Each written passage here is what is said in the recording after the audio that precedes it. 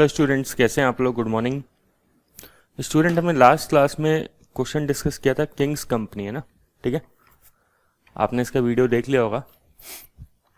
तो अब अपन जो क्वेश्चन लास्ट डिस्कस करेंगे सेक्शन बी का, वो होगा ग्रम्पी कंपनी, ठीक है। छोटा सा क्वेश्चन है, बहुत आसानी से हो जाएगा।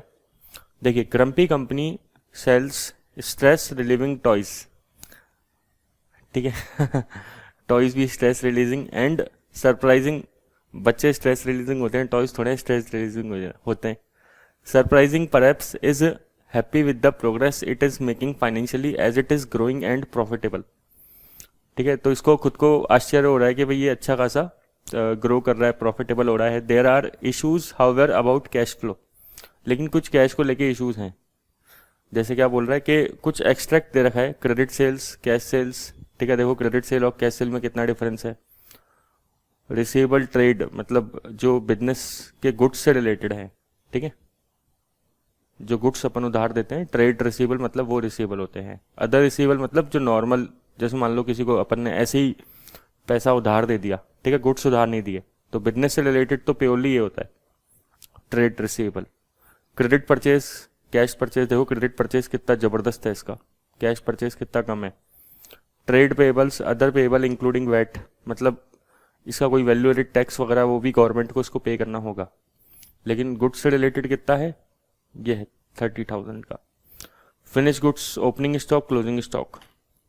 इन one typical cycle of trade, cycle X नाम दे रहा है उसका, goods were ordered on 17 January 2015 and goods delivered 21 दिन later. The supplier was paid on 25 February 2015। बोल रहा है कि एक साइकिल, एक ऐसी साइकिल है जिसमें हमने ऑर्डर किया था गुड्स 17 जनवरी को, ठीक है, लेकिन गुड्स आया 21 दिन बाद। कैलकुलेट कर सकते हो यहाँ से 21 दिन कितना, कब होगा खत्म।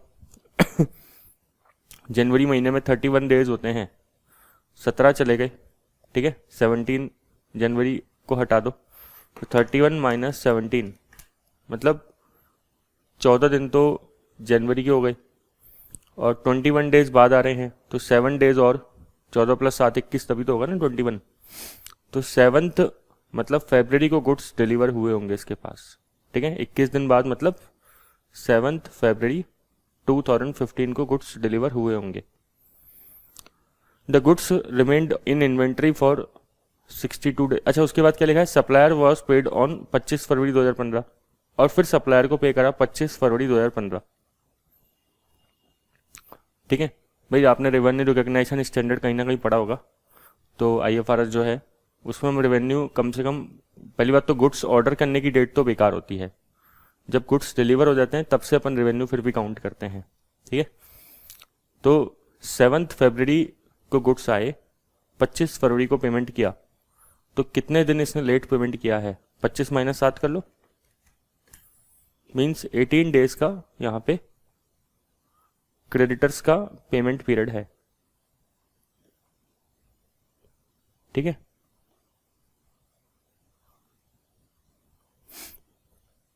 और क्या बोल रहा है, eight which point these goods were sold on credit terms of 60 days, मतलब ये डेटर्स के लिए बता रहा है, डेटर्स को इस पॉइंट पे कितने दिन लगे, 60 डेज की उधार देते हैं अपन डेटर्स को। Grumpy was eventually paid 68 days after the sales was made.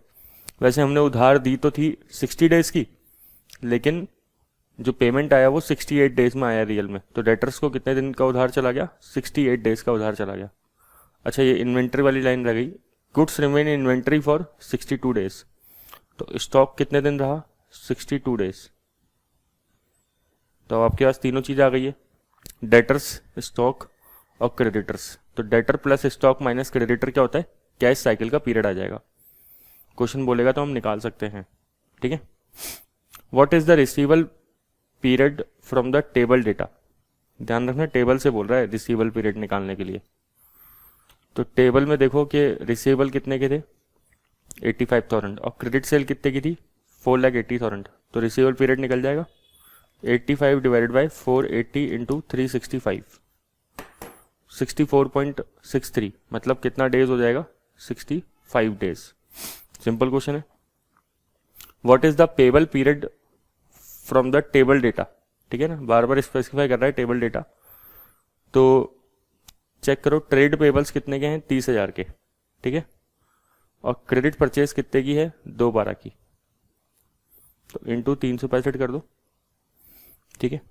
Question में कहीं लिखा है 365 डेज, हाँ 365 लिखा भी है वैसे भी, तो 30/212 इंटू 365 मीन्स 52 डेज अप्रॉक्स आ जाएगा, 51.65 आ रहा होगा, 52 डेज हो जाएगा। What is the inventory holding period, अब इन्वेंट्री होल्डिंग पीरियड चेक करो, है ना, वही टेबल से बोल रहा होगा। अब इन्वेंट्री होल्डिंग पीरियड कैसे निकालते हैं, average stock upon COGS into 365, तो एवरेज क्या मतलब क्लोजिंग स्टॉक है ना, ठीक है, क्लोजिंग स्टॉक गिवन है क्या क्वेश्चन में, ये रहा 52,000 अपॉन COGS क्वेश्चन में गिवन नहीं है लेकिन निकाल सकते हो आप। कैसे निकलता है, ओपनिंग स्टॉक प्लस परचेजेस कितनी है,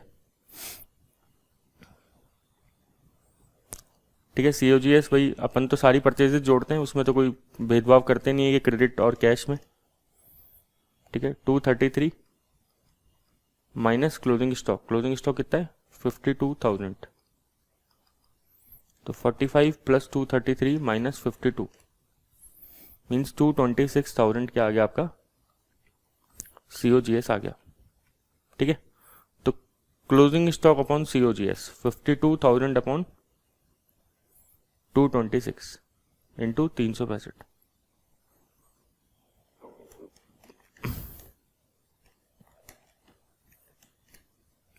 तो 83.98 डेज आया, मीन्स 84 डेज हो गया।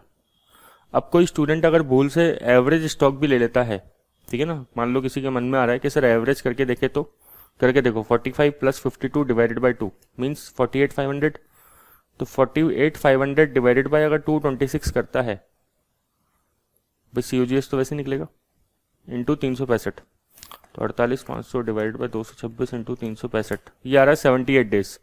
78 डेज तो ऑप्शन में ही नहीं है, ठीक है, 78.32 डेज तो ऑप्शन में ही नहीं है, तो मीन्स गड़बड़ हो जाएगा, ठीक है ना। तो इसलिए क्लोजिंग स्टॉक अपन ने ध्यान है, तो क्लोजिंग डेटर भी अपन ने स्टडी टेक्स्ट में लिया था एक बार, है ना।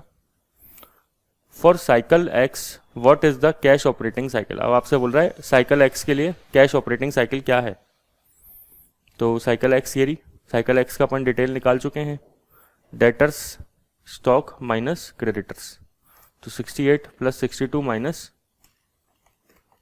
18 112 दिन, ठीक है। अब आपसे बोल रहा है एक और question, indicate by clicking in the relevant boxes whether the following statement about a cash operating cycle are true और false. A long operating cycle is more serious in a period of strong growth. देखो अगर बहुत ज़्यादा growth चल रही है business में, ठीक है, और आपकी लॉन्ग ऑपरेटिंग साइकिल है, लॉन्ग ऑपरेटिंग साइकिल मतलब डेटर्स में पैसा ज़्यादा फंसा हुआ है, स्टॉक में पैसा ज़्यादा फंसा हुआ है, तो इसका मतलब क्या है, ये बिल्कुल सही बात है कि आपको दिक्कत आने वाली है, बहुत सीरियस मैटर है ये, ठीक है, कि आपके बिजनेस की ग्रोथ भी बढ़ रही है और आप ज़बरदस्ती डेटर्स और इसमें पैसा फंसा रहे हो बहुत ज़्यादा, ठीक है। तो ये एक अच्छा एग्जाम्पल है ओवर ट्रेडिंग का। ओवर ट्रेडिंग में यही तो होता है कि बिजनेस की सेल्स बढ़ रही है, इन्वेंट्री बढ़ रहा है, डेटर बढ़ रहा है, क्रेडिटर भी बढ़ रहा है उसी रेशो में, ठीक है, लेकिन दिक्कत क्या है कि आप कोई लॉन्ग टर्म लोन नहीं ले रहे हो, ठीक है। फिर operating cycle tend to be longer in a brand new business compare to establish business. बताओ, ये तो सोचने वाला पॉइंट है सिंपल, कि अगर नया बिजनेस होगा तो उसकी ऑपरेटिंग साइकिल लंबी होगी। क्यों लंबी होगी, लेंदी होगी, क्योंकि है ना उसको, वो बिल्कुल नया बिजनेस है तो उसको उधार भी देना पड़ेगा मार्केट में, क्रेडिट भी देना पड़ेगा, ठीक है, तो इसलिए उसकी ऑपरेटिंग साइकिल बिल्कुल लेंदी होगी। क्लियर क्या? तो ये करके, ऐसे करके आपको क्वेश्चन सॉल्व करना है, बहुत सिंपल क्वेश्चन है, ठीक है, क्लियर। तो अपना सेक्शन भी इस तरीके से सारे क्वेश्चन अपन ने कंप्लीट कर लिए, ठीक है। Thank you.